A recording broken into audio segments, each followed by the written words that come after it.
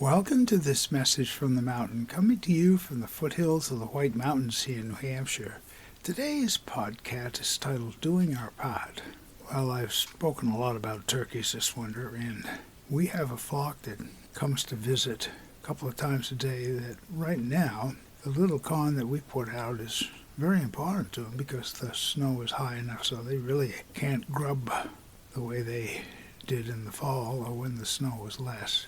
And our neighbor does the same thing, which is about 400 feet away. We have a trail that goes back and forth. It would be impossible to feed a flock the size of 40 or 50 turkeys to keep them all with just our own feed. So we put out some each day, and the neighbors do their part, and perhaps together that is helping sustain the strength for the birds. And within another few weeks, when the snow begins to melt, and they will go back and find the independence of grubbing around the places where the snow has melted to get feed. And I think about doing our part. That's just one little aspect with the birds, feeding them.